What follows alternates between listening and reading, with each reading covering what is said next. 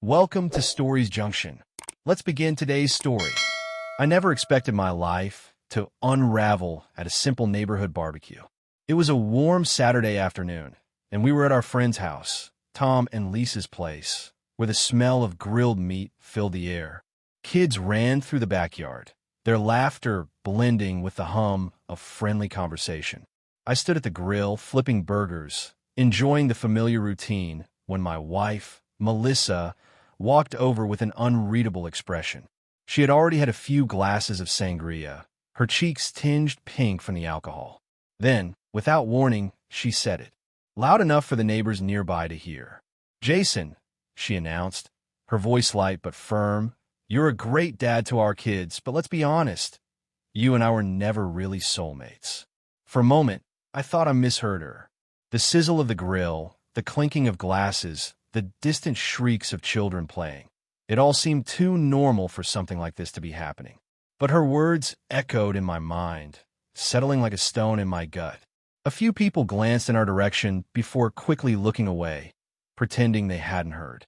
I gripped the spatula tighter, my pulse quickening. "Melissa," I forced a chuckle, trying to mask my unease. "What are you talking about?" She shrugged as if she had simply stated the weather. "I'm just saying the truth. We don't have that connection anymore." I wanted to argue, tell her this wasn't the time or place, but the look in her eyes told me she didn't care. This wasn't a drunken slip-up. She meant every word. We didn't argue in front of everyone. I just stared at her, feeling numb, as she turned and walked back toward the house, leaving me standing at the grill like an idiot. I barely noticed Tom giving me an awkward look of sympathy. The burgers were burning. The spatula felt useless in my hand. I set everything down, muttering an excuse. "I need to go find Melissa." Inside the house, she was chatting with another neighbor, laughing lightly as if she hadn't just detonated a bomb in our marriage. I tried to catch her eye, but she breezed past me, filling her cup without a second glance. I left the party soon after, telling Tom I had a headache. Melissa stayed behind with the kids, as if nothing had happened. That night, when we were both home and the kids were asleep, I confronted her. "What the hell was that at the barbecue?" I asked, keeping my voice low but firm. "You embarrassed me in front of everyone." She sighed, swirling the wine in her glass. "I'm sorry if it hurt your ego, Jason, but I'm tired of pretending. I can't fake this perfect marriage anymore." "Fake what?" My chest tightened. "What are you saying? That we're done?" "I'm saying we haven't been right for a long time," she said, her voice eerily calm. I stood there, caught between disbelief and the sickening realization that she was serious. The dim living room light cast long shadows, making the space feel colder than it should have. For days, I tried to act normal, waking up, going to work, helping the kids with homework. But something had shifted. Melissa treated me like a roommate, distant and indifferent.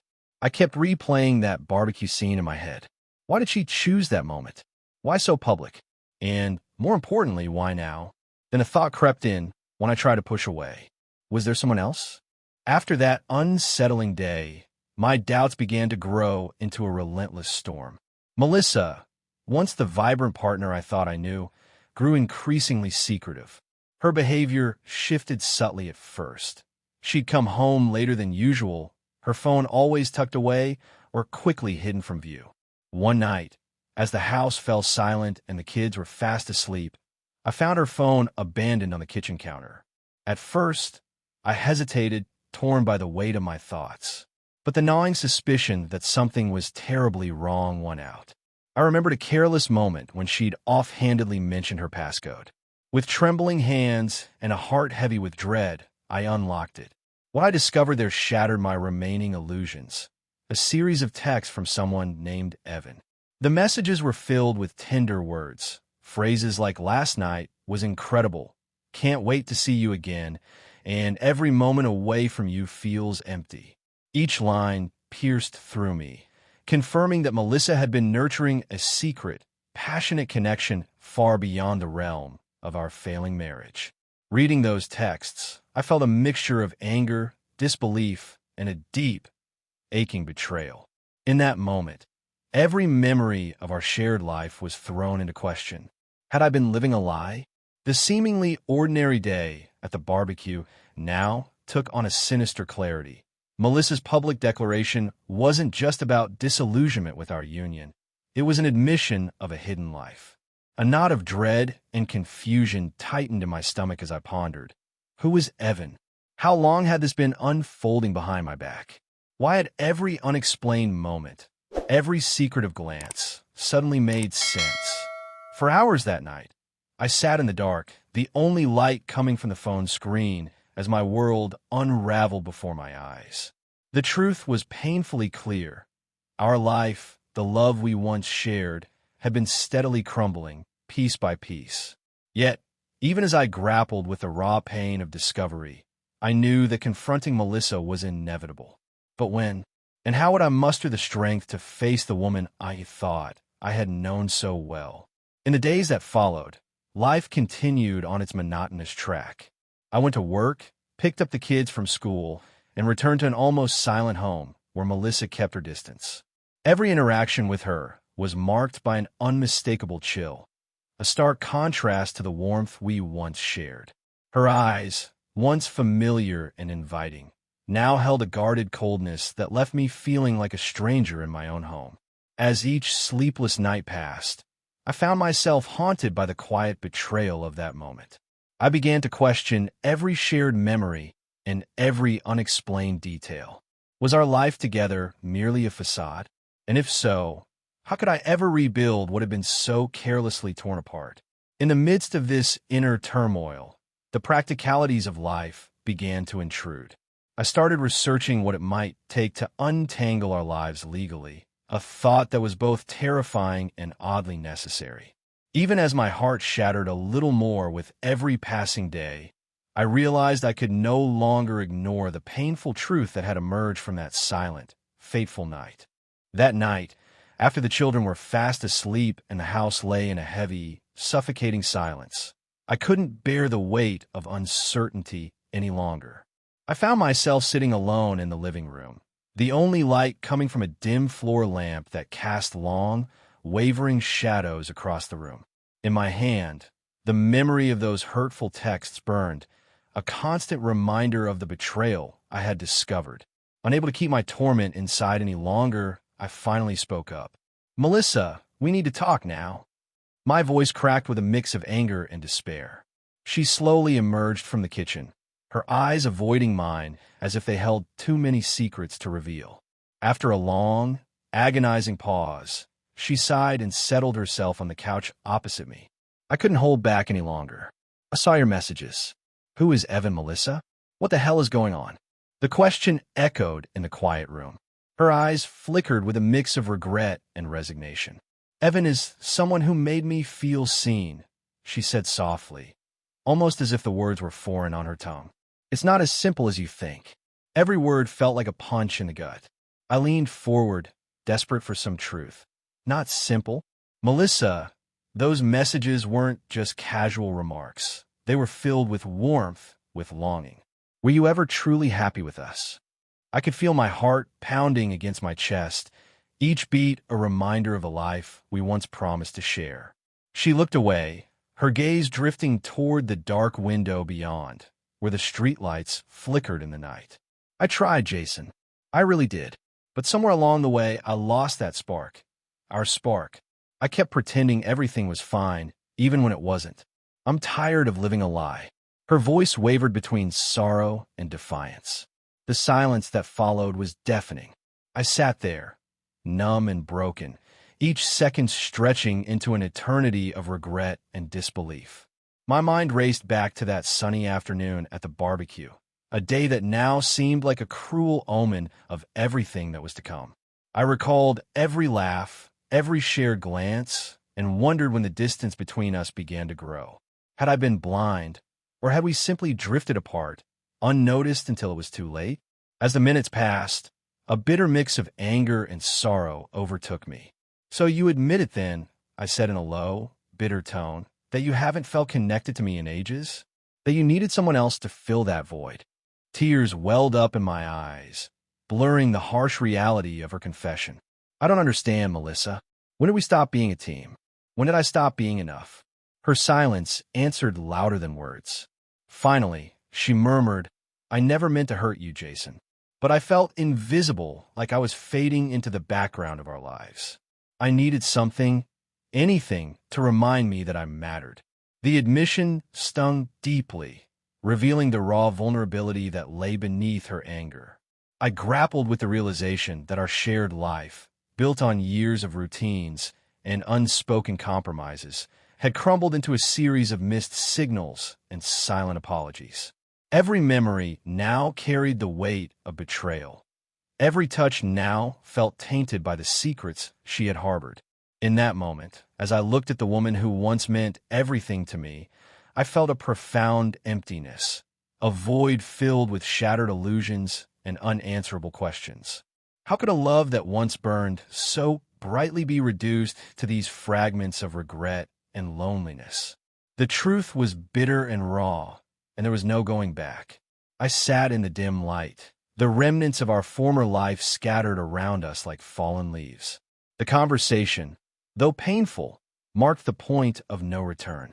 The spark that once promised a lifetime of togetherness had long been extinguished, leaving behind only the cold, harsh reality of a broken bond.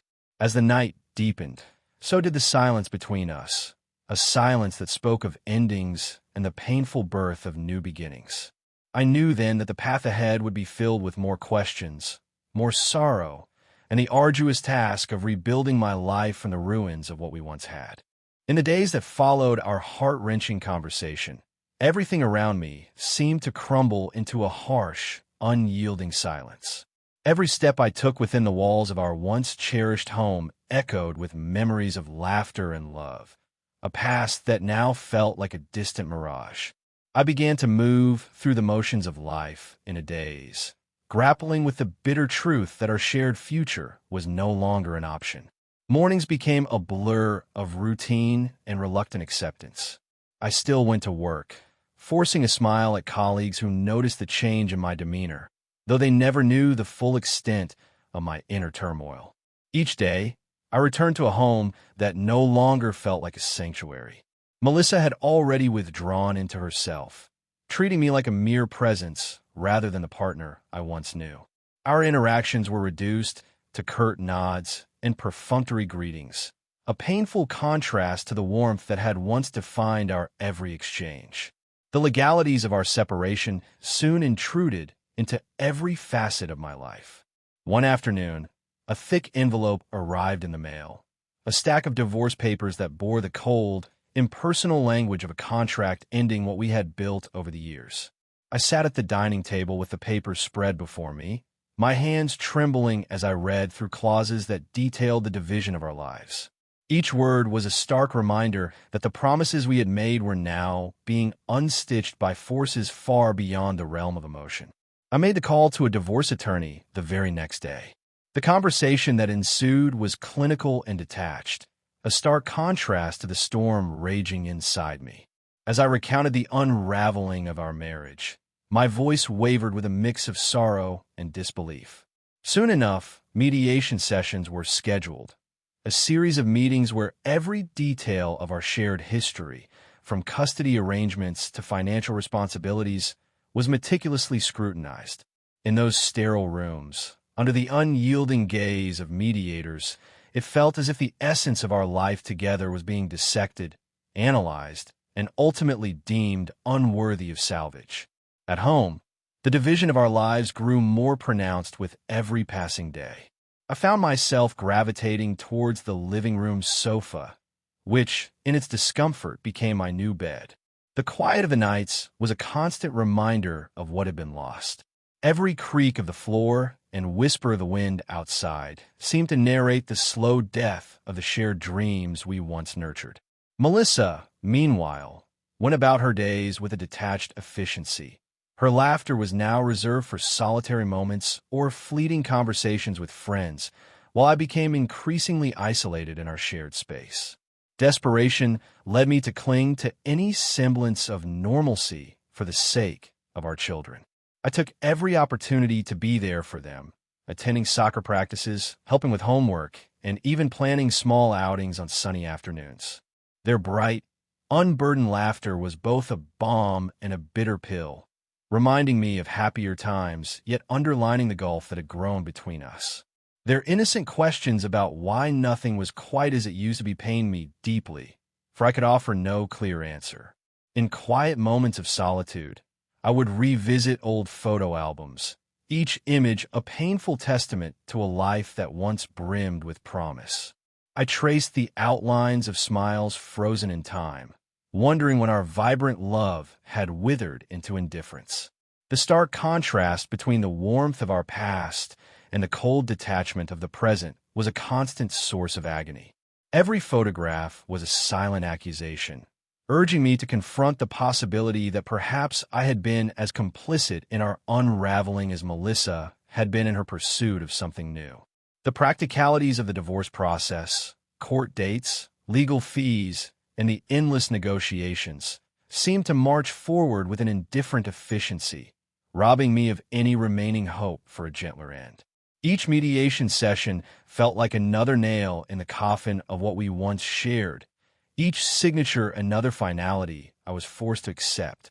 The days blurred together, and I began to see our home not as a place of refuge, but as a reminder of all that had been irrevocably lost. Amid this bleakness, a quiet determination started to take root. In the solitude of my new reality, I made a silent vow. I would rebuild, piece by piece, from the remnants of our shattered past. It was a small, almost imperceptible shift, a realization that while the pain was overwhelming, it did not have to define the rest of my life.